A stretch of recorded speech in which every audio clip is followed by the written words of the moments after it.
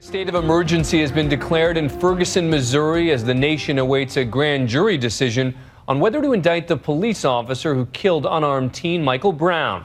As tension there grows, other police departments are employing a new tactic that could eliminate future doubts about exactly what happened: body-mounted video cameras. ABC's David Wright joined a patrol to see how it works. Go ahead and put your hands behind your back. Salina, Texas.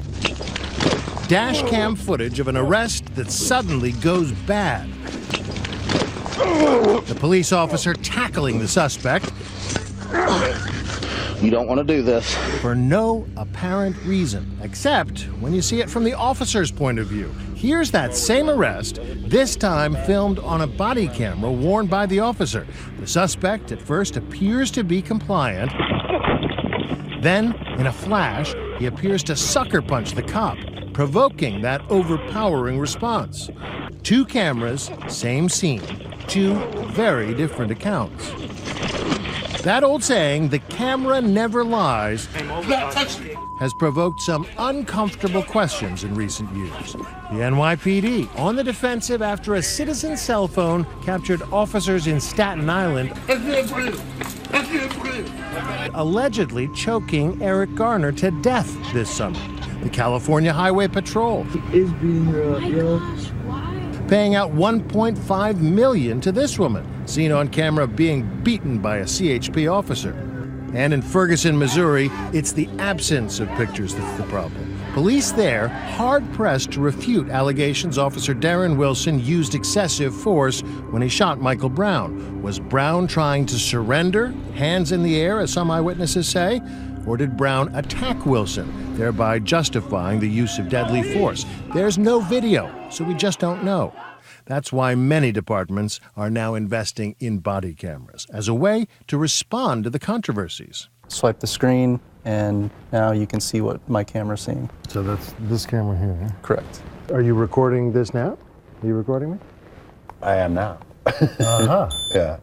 LA Police Chief Charlie Beck wears his on his chest. The LAPD, of course, still haunted by these images, one of the most notorious police beatings ever caught on camera. Part of it, I guess, is to prevent another Rodney King.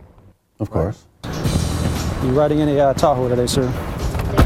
To get a sense how body cameras have the potential to change daily police work, we went on a ride-along with the LA County Sheriff's Department in Lancaster, California. Afternoon, sir. How are you doing today?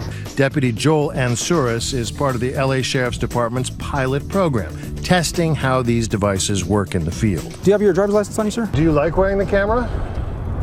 Yes, it makes you a little bit more aware of, I guess, what's going on in the area and your interactions with the community. And He pulls over one driver for making an illegal U-turn. hey, ma'am, if you could just stay in your car for 1 second. Oh. Hi. Deputy Ansouris of the Sheriff's Department. Susan Daniels has a Missouri driver's license, a recent transplant to California. Turns out she's from Ferguson. I actually live in Ferguson. Wow. So what do you make of what's going on there now, and how could cameras change the equation? I think it would be a totally different story, because then we would know exactly really what happened. Deputy Ansouris lets her off with a warning. Okay, drive safe now. Thank you. For now, body cameras are a novelty, but the LAPD's Charlie Beck believes in a few years' time, they'll be standard issue in cities across the country. So I think it's a game changer. He just took off. Something that will help police officers doing their job. I think it is also a huge deterrent towards somebody that might step out of line. But there are concerns about it, too. Peter Biebring is a lawyer for the ACLU. People behave better. Officers are less likely to initiate uses of force and apparently to initiate conduct that might draw complaints if they're wearing body cameras. But we do think that there are privacy concerns that need to be addressed through strong policies. For instance, what if an officer pulls over a celebrity like Justin Bieber in Florida this year, suspected but not charged with driving under the influence? Is part of the concern here the idea that this footage could end up on TMZ? Yeah, absolutely. If you don't have strict policies in place to prevent videos from getting out, they will get out. And that's why we believe that there have to be strict policies in place to protect people's privacy. In Lancaster, celebrities aren't really the issue, but following Deputy Ansouris for the day could easily be a reality TV show. What's this right here? A syringe. I'm just going to handcuff you for my safety, okay? Give me that you got a syringe on you, okay? Out on the corner, an interested bystander is already filming the encounter with his cell phone. How you doing? Just being nosy, man. I'm just being truthful with you, you know? Yeah. Just trying to see what's going on. What he's not able to see is caught on the police officer's body cameras, potentially protecting them down the road. Is that some heroin?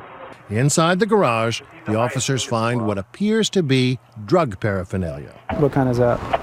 Just A little meth? The homeless man is going to jail for 2 weeks, eventually getting out after a plea agreement. Do you tell people that you're recording? I don't. You know, I wear it right here on my chest. But it doesn't necessarily look like a camera. No, you know, sometimes you can't tell. Indeed, that's what happens at our next stop. A traffic incident clear across town. You're driving this car, sir? Soon as we arrive, What happened? The best I can tell is we were both running a red light, but she was running it and moved. the witnesses say that guy who just admitted to running a red light was at fault. She was making the left-hand turn, Okay, gotcha. and he ran the red. But when we go back to him and break the news that his first admission was caught on camera, It bothers me in the sense that I didn't realize I ran a red light, but I'm also a human being. I don't remember running a red light. By the time I sat down with him on the curb there, he was already changing his story. Yes. But it's harder to change your story when there's a camera. Hard to change your story when that's all captured on video. the next time you get stopped, best assume you're on candid camera, somebody watching your behavior, and the police officers too. I'm David Wright for Nightline in Lancaster, California.